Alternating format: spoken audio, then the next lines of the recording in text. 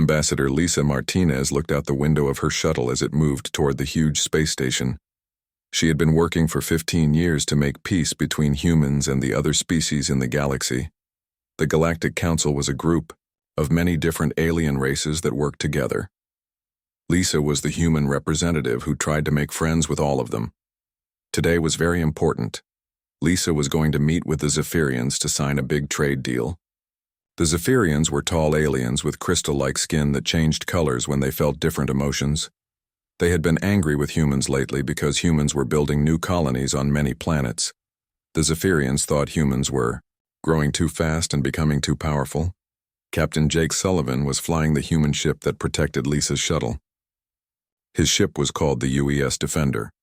Jake was worried about this meeting. He had read reports that said some Zephyrians really hated humans. His crew was also nervous. Amy Chen worked as the tactical officer, and she watched all the weapon systems. Tony Rodriguez was the communications officer who talked to other ships and stations. Lisa's shuttle landed inside the big space station that orbited around the Zephyrian home planet. She walked out with her helper Kevin Barnes and her bodyguard Rachel Wong. The station was beautiful inside, with crystal walls that glowed with soft light. The Zephyrians had built everything to look like their crystal skin. The meeting was supposed to be simple. Lisa would sign papers that would let humans buy special minerals from the Zephyrians. These minerals were very rare, and humans needed them to build better spaceships and computers. In return, humans would share some of their medical technology with the Zephyrians. High Counselor Vextar was the most important Zephyrian leader. He was very tall, even for a Zephyrian, and his crystal skin was dark purple, which meant he was old and wise. He had agreed to this meeting, but Lisa could tell he was not happy about it. His skin kept changing to red colors, which meant he was angry or upset. Lisa had prepared for this meeting for months. She had learned about Zephyrian culture and their language. She knew that they valued honor and tradition very much.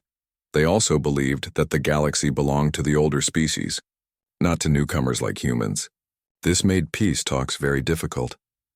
The ceremony room was huge, with a high ceiling covered in glowing crystals. Many important Zephyrians sat around a large table made of clear crystal.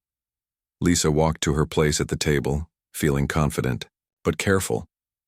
She had done this many times before with other alien species. She was very good at finding ways to make everyone happy. But something felt wrong today. The Zephyrians seemed more tense than usual. Their skin colors were changing quickly, between red and dark blue, which meant they were feeling strong emotions. Lisa noticed that some of the younger Zephyrians were staring at her with what looked like hate in their large multicolored eyes. What Lisa did not know was that a secret group of Zephyrian extremists had been planning this day for months. They believed that humans were dangerous to all the older species in the galaxy. These extremists thought that humans learned too quickly and grew too strong. They were afraid that humans would take over the galaxy if they were not stopped. The leader of this secret group was Sub-Counselor Nexra, who was Vextar's younger cousin. Nexra had convinced other young Zephyrians that Lisa Martinez was not a peacemaker, but a spy who was helping humans take over Zephyrian territory. They had spent weeks planning how to kill her during the ceremony. The extremists had hacked into the space station's defense computers. The station had powerful weapons that were supposed to protect it from enemy attacks. But Nexra's group had changed the computer program so that these weapons would target Lisa instead of protecting her. Lisa began the ceremony by speaking in the Zephyrian language. Her pronunciation was perfect, and she showed great respect for their traditions. She talked about how humans and Zephyrians could help each other and become strong allies. Many of the older Zephyrians seemed pleased with her words. High Counselor Vextar stood up to respond.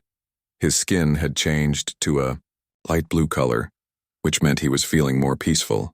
He talked about the long history of his people and how they had always been careful about making deals with younger species. But he said that humans had shown wisdom and respect, so he was willing to make this agreement. Lisa felt happy and relieved. This was exactly what she had hoped would happen. She stood up and walked to the center of the room where the agreement papers were waiting on a special crystal stand. Kevin Barnes and Rachel Wong stayed close to her. but they also felt that the meeting was going well. The papers were written in both human and Zephyrian languages. Lisa read through them one more time to make sure everything was correct. The deal would give humans access to 3 different types of rare minerals. In return, humans would share their new medicines that could help Zephyrians live longer and healthier lives. Lisa picked up the special pen that would make her signature glow on the crystal paper. This was a Zephyrian tradition that made agreements official and binding. She looked around the room at all the Zephyrian faces watching her. Most of them seemed calm now, with their skin showing peaceful blue and green colors. But in the back of the room, Nexra was secretly activating the hacked weapon system. He had programmed the station's plasma cannons to fire at the exact moment when Lisa would sign the papers. He believed that killing her would send a message to all humans, that they were not welcome in this part of the galaxy. Lisa raised the pen and began to sign her name. At that exact moment, a bright flash of energy erupted from hidden weapons in the ceiling. The plasma blast was so powerful that it killed Lisa instantly. The crystal table exploded into 1,000,000 pieces, and the beautiful ceremony room filled with smoke and screaming. Kevin Barnes and Rachel Wong were thrown against the wall by the explosion. Captain Sullivan heard the emergency alarms from his ship and immediately tried to contact the station. But it was too late. Ambassador Lisa Martinez, the human who had worked harder than anyone for peace between species, was dead. The galaxy would soon learn that killing humanity's greatest diplomat had been the worst mistake the Zephyrians could ever make. The news reached Earth very quickly through the special communication systems that could send messages faster than light. President Claire Thompson was in her office when her assistant rushed in with the terrible news. Lisa Martinez was dead, killed by Zephyrian weapons during what was supposed to be a peace ceremony. Claire felt sick to her stomach as she watched the security video from the space station. The video showed everything clearly. Lisa had been signing the peace agreement when hidden weapons in the ceiling fired at her. This was not an accident or a mistake by some crazy person. This was murder, planned and carried out by Zephyrian leaders. Within 1 hour, Claire had called together all the most important people in the human government. They met in a secret room deep underground beneath the capital city. General Marcus Davis was there, along with his assistant Colonel Beth Johnson. Admiral Steve Parker came from the Space Navy headquarters. Dr. Peter Allen flew in from the Science Council. General Davis had been warning about this possibility for years. While Lisa was trying to make peace with aliens, he had been preparing for war. He had always believed that some alien species would never accept humans as equals. Now his worst fears had come true. "I told you this would happen," Davis said to the group. "The aliens see us as a threat because we grow and learn faster than they do. They were just waiting for the right time to try to stop us." Admiral Parker opened his computer and showed secret files to the group. For the past 10 years, humans had been building warships in hidden locations far from Earth.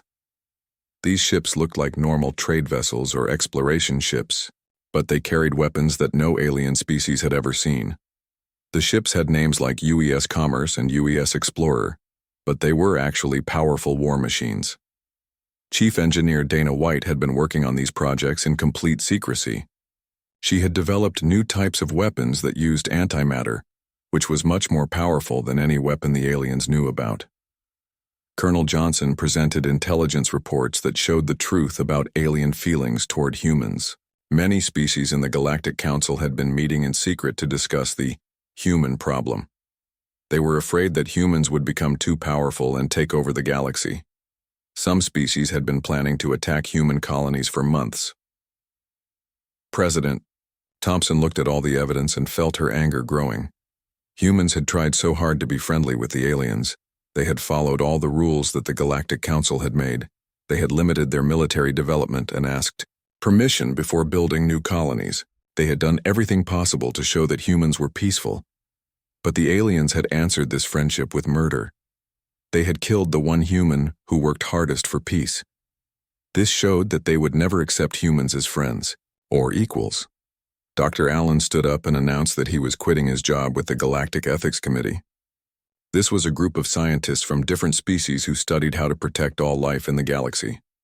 Allen had represented humans in this group for 8 years.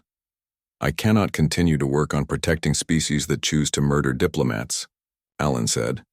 If they want to use violence instead of words, then they will get violence in return. Admiral Parker had already begun sending secret orders to human ships all across the galaxy.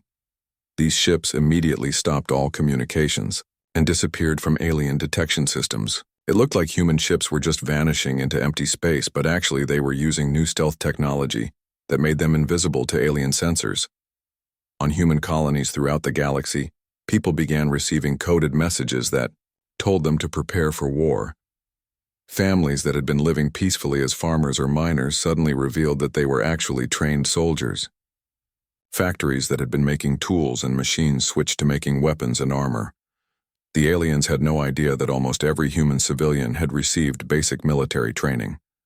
They thought humans were soft and peaceful, because that is what humans had wanted them to think. But humans had been preparing for this day ever since they first met hostile aliens. General Davis activated something called Protocol 7, which was the secret plan for total war against alien species. This plan had been developed over many years by the best human military minds. It included strategies for attacking alien homeworlds, destroying their space stations, and capturing their technology. President Thompson made a decision that would change human history forever. She decided that humans would no longer try to be friends with aliens who saw them as enemies. If the aliens wanted war, humans would give them war like they had never seen before. But first, she would give the aliens one chance to understand what they had done. She would make one final diplomatic speech to the Galactic Council. After that, there would be no more talking, no more peace negotiations, and no more human restraint. Claire called her speechwriter and told him to prepare the most important message in human history.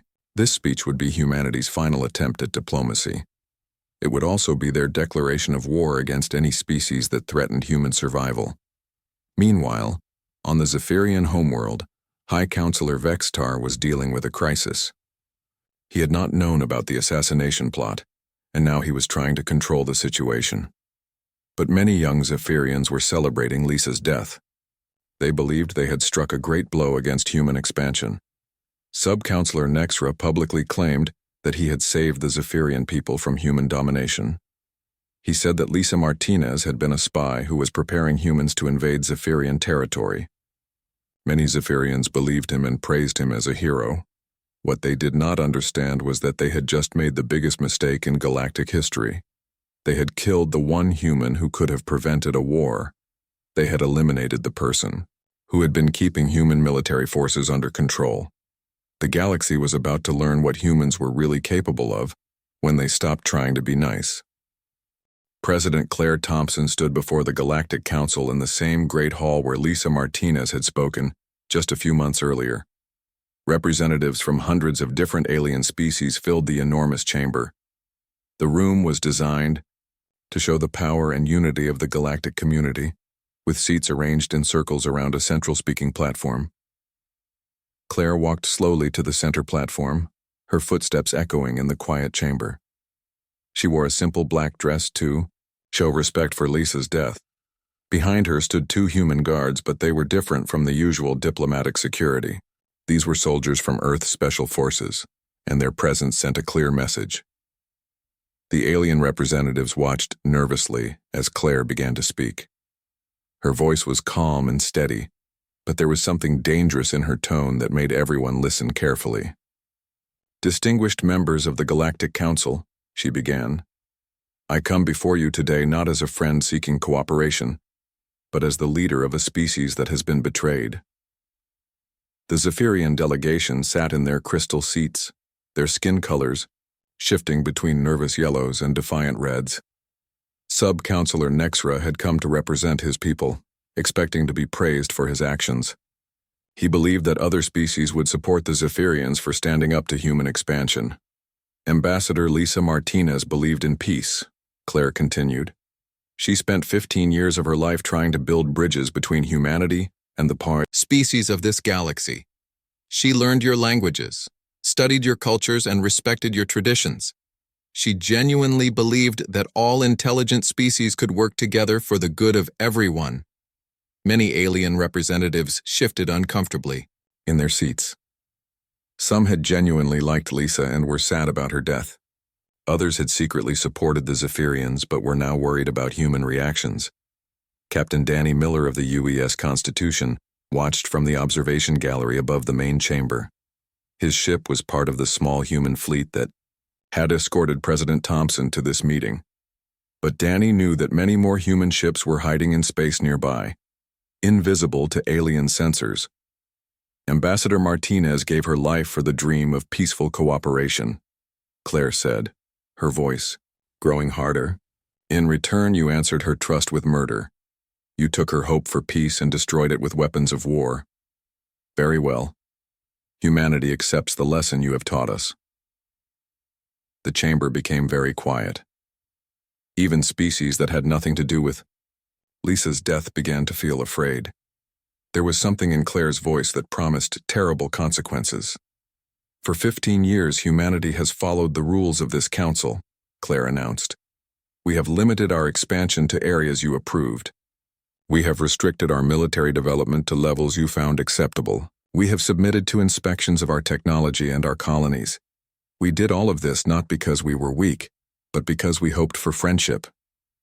The Altarian representative, a tall, blue-skinned humanoid named Zorith, raised one of his forearms to speak. President Thompson, surely we can find a peaceful solution to this tragedy. Not all species supported the actions of the Zephyrians. Claire looked at him with cold eyes. Ambassador Martinez thought the same thing. She believed that reasonable people could solve problems with words instead of weapons. She died believing that. Her trust was rewarded with murder. Sub-Counselor Nexra stood up from his crystal seat, his skin flashing bright red with anger. Humans dare to threaten this council? You are one small world facing hundreds of established civilizations. Your arrogance will lead to your destruction. Claire smiled, but it was not a friendly smile. Thank you for making our position clear, Sub-Counselor. You have just demonstrated exactly why diplomacy with your kind is impossible. Admiral Parker had given Claire a special communication device before she left Earth. She pressed a button on this device, and immediately every human ship in the galaxy received the same message. It was time to implement Protocol 7. Effective immediately, Claire announced to the Council, humanity withdraws from all galactic treaties, agreements, and restrictions. We no longer recognize the authority of this Council over human affairs. We will no longer ask permission for our expansion or submit to your oversight of our development. The alien representatives began talking loudly among themselves. Some were angry, others were frightened. The Krillian ambassador, whose people had supplied weapons to the Zephyrians, looked especially worried. Lieutenant Sarah Foster was monitoring communications from her position on a human spy ship hidden near the galactic capital. She watched as human vessels throughout the galaxy began to disappear from alien sensors. Entire human colonies stopped responding to alien communications. It was as if humanity was pulling back and gathering itself for something big. We are giving you one standard galactic cycle to prepare, Claire announced. Any species that was involved in, supported, or celebrated Ambassador Martinez's assassination will face the full military might of humanity unleashed. We tried to be your friends. You have chosen to make us your enemies. The one galactic cycle she mentioned was equal to about 6 months in Earth time. This seemed like a generous warning to some aliens, but the smart ones realized it was actually very frightening. It meant that humans were so confident in their military power that they could give their enemies 6 months to prepare and still be certain of victory. Dr. Sandra Gray, who had replaced Dr. Allen as the human representative to various galactic science committees, sent her resignation to all of them at the same time. Her message was broadcast throughout the galaxy. Human scientists will no longer help species that choose violence over diplomacy. The Vorthan Collective, a group of machine-like aliens, tried to offer mediation services. Their representative, a robot called Unit 7743, projected a holographic message. Perhaps both sides can step back from this conflict. War benefits no one. Claire turned to face the Vorthan projection. You are correct that war benefits no one. Ambassador Martinez understood this. That is why she spent her life trying to prevent it. Your council chose war when they murdered her. Now you will learn what human war looks like. The Zephyrian delegation was becoming more nervous as they realized that other species were not supporting them as they had expected. Many aliens were actually angry at the Zephyrians for creating this crisis. The galactic economy depended on human trade and technology, and a war with humans would hurt everyone. You cannot fight the entire galaxy, Nexra shouted, his crystal skin now flashing between red and black, which indicated extreme anger and fear. Claire looked at him calmly. We are not fighting the entire galaxy. We are fighting the species that chose to murder our diplomat. If other species wish to join that fight, they are welcome to try. Captain Miller received a coded message on his communication device. It told him that Phase 1 of Protocol 7 was now active. All across the galaxy, human ships were moving into attack positions. The aliens had no idea this was happening, because they could not detect the human vessels. Claire delivered her final words to the Galactic Council. Ambassador Martinez would have wanted us to give you a chance to surrender peacefully. We will honor her memory by offering that choice, once. But understand this clearly. The age of human restraint died with her. What comes next will be entirely your responsibility. She turned and walked out of the chamber, followed by her guards. Behind her, the alien representatives began arguing loudly about what to do. Some wanted to prepare for war, others wanted to negotiate, and many were simply terrified. The galaxy had 6 months to prepare for something it had never seen before: humanity without restraint. Exactly 6 months after President Thompson's warning, the human attacks began. They started at the same moment across 17 different star systems, hitting targets that the aliens thought were safe and well protected. The coordination was perfect, as if humanity had planned every detail for years. The first target was a Zephyrian mining operation in the Kepler sector, far from their homeworld. The Zephyrians had built this facility to extract rare crystals from asteroids. They thought it was safe because it was surrounded by defensive satellites and protected by a full squadron of Zephyrian warships. Commander Nick Taylor led the human attack fleet. His ship was called the UES Retribution, and it looked like nothing the aliens had ever seen. The hull was completely black and seemed to absorb light instead of reflecting it. When Zephyrian sensors tried to scan it, they got readings that made no sense. The human fleet appeared out of what looked like empty space. The Zephyrians had been watching their sensors carefully, but they saw nothing until the human ships were already there. The humans had developed stealth technology that was far beyond anything the aliens could imagine. Admiral Parker had spent years preparing for this moment. From his command center on Earth, he watched as his carefully planned attacks unfolded across the galaxy. Each human fleet knew exactly what to do and when to do it. There were no mistakes and no hesitation.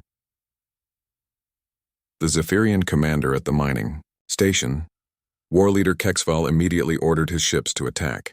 Zephyrian plasma weapons were considered very powerful by galactic standards. These energy beams could destroy most alien ships with just a few hits. But something impossible happened when the Zephyrians fired at Nick's ship. The human vessel seemed to know where the plasma beams would go before they were even fired. It moved in ways that should not have been possible, dodging attacks that should have been unavoidable. What the Zephyrians did not know was that humans had been studying their fighting methods for years. Every time Lisa Martinez had visited alien worlds, human spies had been recording everything they could learn about alien weapons and tactics. Human computers had analyzed this information and learned to predict how alien ships would move and fight. Dr. Lisa Adams watched the battle from her laboratory on Earth. She had designed the new human weapons that were now being used for the first time. While she had been publicly working on clean energy research, she had actually been developing antimatter weapons that were far more powerful than anything aliens had ever seen. The mining station's shields were supposed to be unbreakable. Zephyrian defensive technology was considered the best in the galaxy. Their energy barriers could stop attacks from entire fleets of normal warships. Nick's ship fired once. A beam of pure antimatter energy hit the station's shields and went through them, like they were made of paper. The shields did not just fail, they completely disappeared. The Zephyrian defenders watched in horror as their best protection was destroyed by a single shot. The battle was over in 15 minutes. The entire Zephyrian mining operation was destroyed, along with all their defensive ships. But the humans did not kill any of the Zephyrian workers. Instead, they captured them all and sent them home with a message. General Davis coordinated the entire operation from his secret command center in the Rocky Mountains. His staff included Tactical Coordinator Joe Rodriguez and Intelligence Chief Mary Collins. They had maps showing every target in the galaxy and could watch all the battles happening at the same time. Each human attack followed the same pattern. The human ships would appear suddenly, destroy all military targets, and then broadcast the same message on all frequencies. This was Restraint. Ambassador Martinez would have wanted us to give you a chance to surrender. We will not make that mistake again. The Krillian hegemony learned what this message meant when Captain Linda Brooks appeared in their home system. The Krillians had supplied the special weapons that were used to kill Lisa Martinez. They thought they were safe because their territory was very far from human space. Linda's fleet was even larger than Nick's, with 20 ships that were all invisible to Krillian sensors until they chose to reveal themselves. The Krillian home fleet had over 100 warships protecting their most important planets, but they were completely surprised by the human attack. The Krillian Admiral Tekmor tried to surrender as soon as he saw the human ships. He knew that his weapons could not hurt enemies that his sensors could not even detect properly. But Linda had orders to demonstrate human power, not to accept quick surrenders. Her fleet destroyed the entire Krillian military in 2 hours. Every warship, every space station, and every defensive satellite was turned into scrap metal. The Krillians could only watch helplessly as their military power was completely eliminated. But again, the humans did not kill civilians. They carefully avoided hitting any non-military targets. This was actually more frightening to the aliens than if humans had just destroyed everything. It showed that human weapons were so precise that they could choose exactly what to destroy. The most shocking attack happened in the Vegan system, where a group of different alien species had been meeting to plan joint attacks on human colonies. They thought their meeting was secret, but human spies had been watching them for months. Captain Frank Rodriguez commanded the human force that hit this target. His ship, the UES New Horizon, was equipped with weapons that could attack multiple targets at the same time. The aliens had never seen anything like it. The alien fleet included ships from 6 different species, all with different fighting styles and weapons.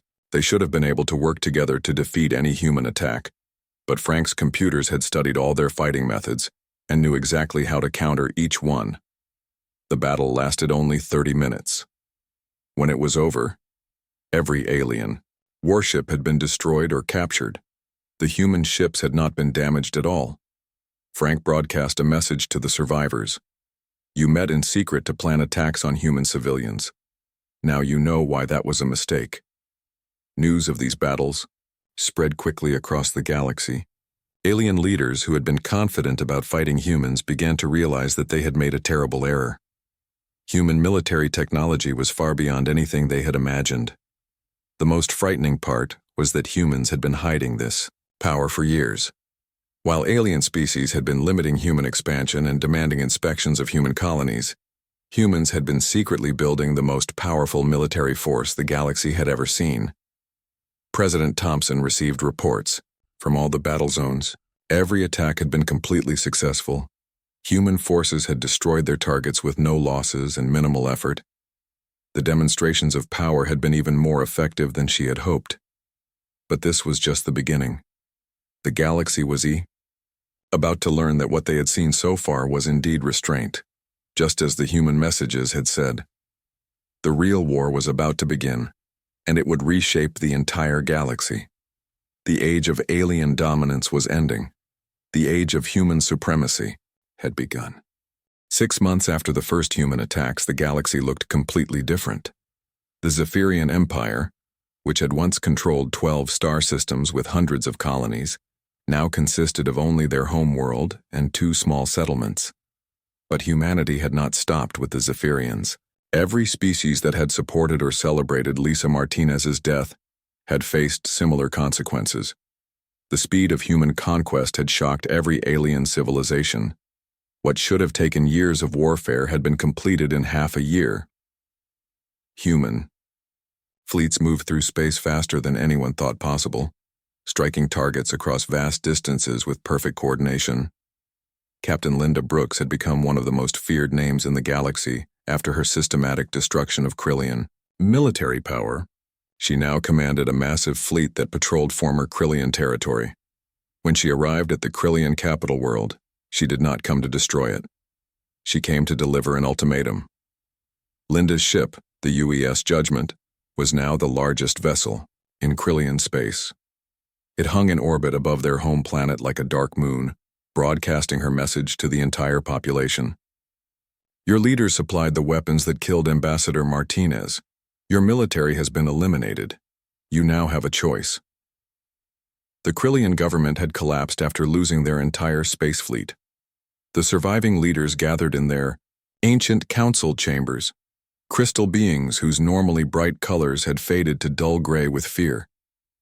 They knew they had no power left to resist human demands.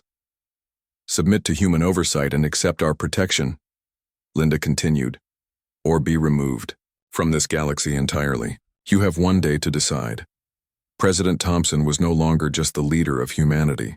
She had become the most powerful person in the galaxy, commanding military forces that no alien civilization could match.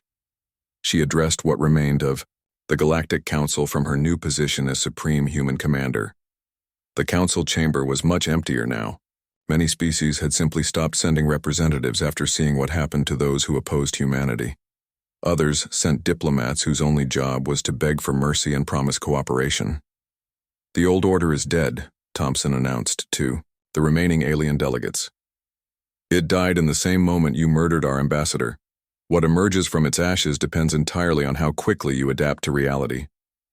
Behind her stood Admiral Parker and General Davis, no longer hiding their military ranks or pretending to be peaceful. Their uniforms bore new insignia that marked them as commanders of the human galactic empire. The age of pretending that humans were just another member species was over.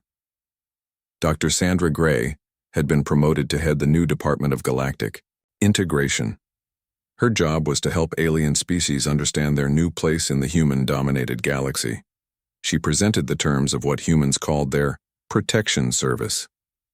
Species that accepted human leadership would receive advanced technology that would improve their lives in many ways. Human medical science could help aliens live longer and healthier lives. Human engineering could build better cities and space stations. Human agriculture could feed entire worlds more efficiently than ever before, but the price was clear. Humans would make all important decisions about galactic affairs. Alien species could govern their own worlds, but they would follow human rules about military forces, trade, and expansion. Any species that refused these terms would find themselves isolated in a galaxy where humans controlled all the important resources. The Altarians were the first major species to accept human protection. Their representative Zoreth publicly announced that his people welcomed human guidance. "We have seen what happens to those who fight humanity," he said. "We choose wisdom over pride." Other species quickly followed the Altarian example. The Centaurian Federation, the Rigel Alliance, and even the proud Vegan Confederacy all submitted to human authority. They had no choice. Human fleets now controlled all the major trade routes and could cut off any world from galactic commerce. Captain Frank Rodriguez represented the new generation of human officers who had never known the diplomatic restraint that characterized pre-Martinez humanity. As he established the first human protectorate over former Zephyrian territory, he reflected on how much the galaxy had changed. Frank's job was to make sure that former enemies became productive parts of the human empire. This meant protecting them from other threats while also making sure they contributed to human expansion. The Zephyrians, once proud and independent, now worked in human-supervised mining operations and manufacturing facilities. But life under human rule was not harsh for most aliens. Humans had learned from studying Earth's own history that empires lasted longer when they treated their subjects well. Alien worlds under human protection became safer, more prosperous, and more advanced than they had ever been before. The humans built new schools where alien children learned alongside human children. They constructed hospitals with the best medical technology in the galaxy. They developed transportation systems that connected alien worlds to the wider human empire. Many aliens began to realize that human rule was actually better than the chaotic independence they had known before. Sub-Counselor Nexra, the Zephyrian who had planned Lisa's assassination, spent his days in a human detention facility. He was not tortured or killed, but he was forced to watch recordings of how much better Zephyrian society had become under human guidance. The irony was bitter. His attempt to prevent human dominance had actually caused it. High Counselor Vextar had been allowed to remain as a ceremonial leader of the Zephyrian people, but he had no real power. He often wondered what would have happened if he had stopped Nexra's plot. Perhaps humans and Zephyrians could have been true partners instead of rulers and subjects. President Thompson ordered the construction of a memorial station at the exact location where Lisa Martinez had been killed. The station was built from the finest materials in the galaxy, with contributions from every species in the human empire. It served as both a monument to Lisa's memory and a reminder of what happened to those who chose violence over diplomacy. The inscription on the memorial was simple but powerful. Here died humanity's last diplomat. Here was born humanity's first empire. Remember this, galaxy. You chose this path when you answered peace with murder. Admiral Parker had become the commander of the largest military force in galactic history. Human fleets patrolled every corner of known space, maintaining order and protecting human interests. But the galaxy was actually more peaceful now than it had been in centuries. No species dared to start wars when they knew humans would intervene. General Davis established military academies throughout the galaxy where young aliens could learn to serve in human forces. Many alien species discovered that their children had opportunities under human rule that they never could have had before. Talented individuals could rise to important positions regardless of their species, as long as they proved their loyalty to humanity. Dr. Adams continued her research, but now she worked openly on both peaceful and military applications of human technology. The galaxy had learned that humans could build weapons of incredible power, so there was no longer any need for secrecy. This actually made other species feel safer, because they knew exactly what humanity was capable of. The new galactic order was not based on the old council's ideal of equality between species. Instead, it was based on the recognition that some species were simply better at certain things than others. Humans were better at warfare, technology, and organization.